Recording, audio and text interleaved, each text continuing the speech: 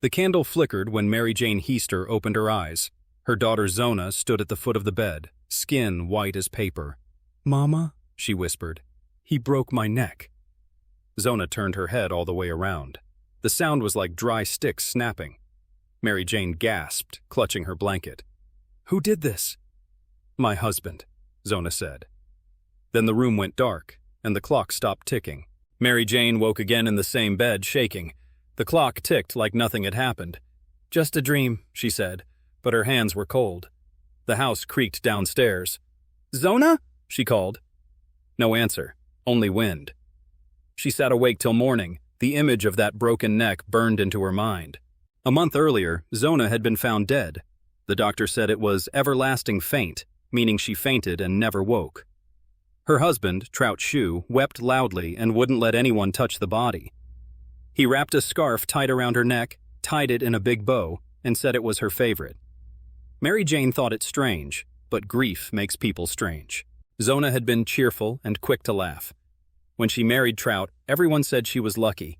He was tall, strong, and new to town. Yet bruises began to show on her arms, and she smiled too fast when asked about them. Mary Jane's stomach nodded, but she prayed things would get better. On the day Zona died, a neighbor boy came by with a message. He found her lying on the floor at the bottom of the stairs. Her hands were folded, eyes wide open. He ran for help. Trout rushed in and held her, crying, pressing that scarf around her neck. The doctor barely checked her before writing the note of death. The funeral came quickly. Snow fell hard on the graveyard hill. Mary Jane felt a weight in her chest that wouldn't move. Now the dream returned. The next night, the candle burned low, and Zona appeared again in the blue dress she was buried in. "Mama," she said softly. "He was angry. Supper wasn't ready. He grabbed me and shook me. Then—" Her voice cracked. She took Mary Jane's hand and placed it on her own neck. A ridge, hard and wrong. "Here," Zona whispered. "He broke it." The flame stretched tall, then died. Mary Jane was left touching empty air. In the morning, she put on her coat and went to the sheriff's office. Her boots slipped on the frozen path, but she didn't stop. "Sheriff," she said, "my daughter's ghost came to me. Her neck was broken. Her husband did it." The sheriff frowned.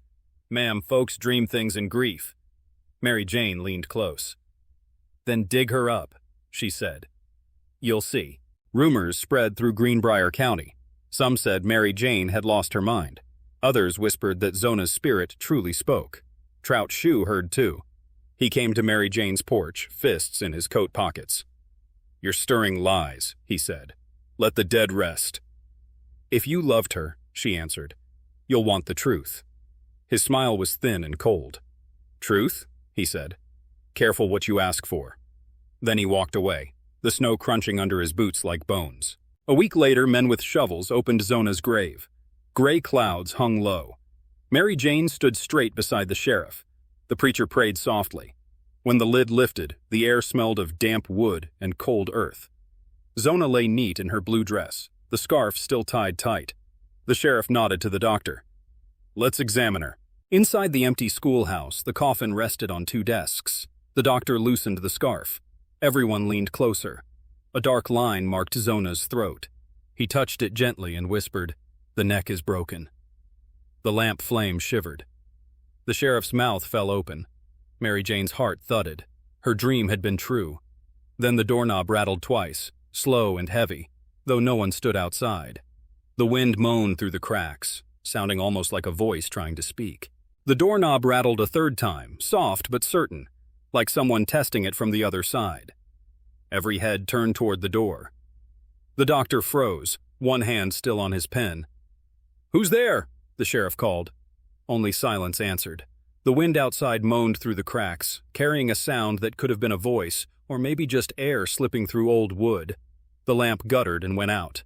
Mary Jane's heart hammered. She thought she saw the outline of a woman's figure near the coffin, just a flicker, and then it was gone. The sheriff relit the lamp with trembling fingers. "We're done here," he said quickly. The doctor nodded, still pale. They sealed the coffin and carried it back through the falling snow to the graveyard. Mary Jane followed, her boots crunching in rhythm with the men's steps. When they lowered the coffin again, she whispered, Rest now, my child. I'll see it through. Her voice sounded too steady for how much her hands were shaking. By sunrise, word of the broken neck had spread across Greenbrier County.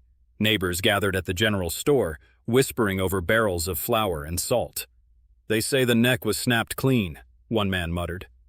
And her mama dreamed it before they found out, said another. Some crossed themselves, others shook their heads and said grief made people see things. Trout Shue heard the talk when he came into town for nails. He felt the weight of eyes following him down the street. He kept his chin high, but his steps grew faster. At home that night, Trout sat by the fire, staring into the flames. He heard every whisper in the wind. Murderer, liar, ghost. He threw another log onto the fire and muttered, "They'll see. It was an accident." His dog whined from the corner. "Quiet," he said sharply. Then he turned toward the window.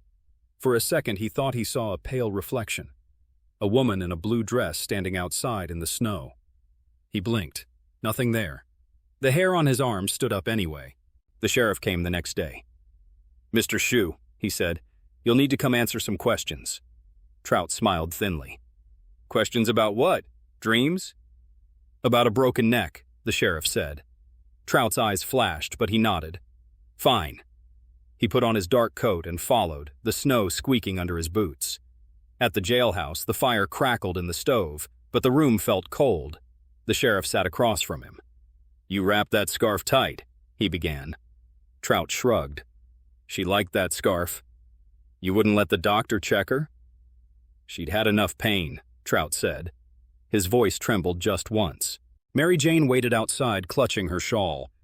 The wind bit through the wool, but she barely felt it. Through the window, she could see the sheriff's shadow moving, Trout's arm rising, his hands gesturing too sharply. When the door finally opened, the sheriff stepped out. "He says he loved her," the sheriff told Mary Jane, "but he's talking strange. Says God meant him to have more than one wife." Mary Jane's stomach turned. "Check the towns he lived in before here," she said quietly. "You'll find others." The search brought old letters and darker stories. In one town, a woman had died after falling downstairs. In another, Trout's wife had vanished. A neighbor there wrote back saying he'd always suspected something. "He carved a coffin for her before she died," the letter read. "Said he dreamed she'd pass soon." The sheriff read it twice, then looked at Mary Jane. "You were right," he said. "He's done this before." Mary Jane closed her eyes. "Zona showed me for a reason." Trout was arrested quietly. He didn't fight or shout. As they led him from his house, he turned once toward the woods. "You think ghosts talk?" he said to the sheriff. "They don't. People make ghosts when they can't let go." The sheriff said nothing. Behind them, the door swung open with the wind and slammed shut hard enough to make the hinges squeal. Trout flinched, just slightly, like he'd heard something he couldn't explain. When the trial came, the courthouse filled with neighbors. The air buzzed with whispers. Mary Jane sat in the front row, her hands folded tight. The lawyer for Trout laughed when he heard about the ghost. "You'll let a dream decide a man's life?" he said. But the doctor's words cut through the room like a cold wind. "Her neck was broken clean," he testified. "No sickness could do that." The sheriff told the story of the scarf, the control, the rush to bury her. The laughter stopped. Trout sat stiff, eyes fixed on the floor. The night before the verdict, Mary Jane walked home alone through the snow. The moon hung low and pale. Halfway up the hill, she felt the air shift, warm for just a moment, and heard a soft voice behind her. "Mama." She turned. Zona stood there, glowing faintly blue, her head straight and unbroken now. "It's almost over," she whispered. "Thank you." Then she smiled and faded into the falling snow. Mary Jane fell to her knees, tears freezing on her cheeks. From the courthouse below, a bell began to ring, slow and heavy. The verdict had come in. Trout Shue would never walk free again. The wind rose, carrying a sound like a sigh through the hills, and Mary Jane whispered to the sky, "Rest now, my child." That night, back home, the wind howled through the trees. Mary Jane sat by the window with her candle burning low. The house creaked as if someone walked the halls again.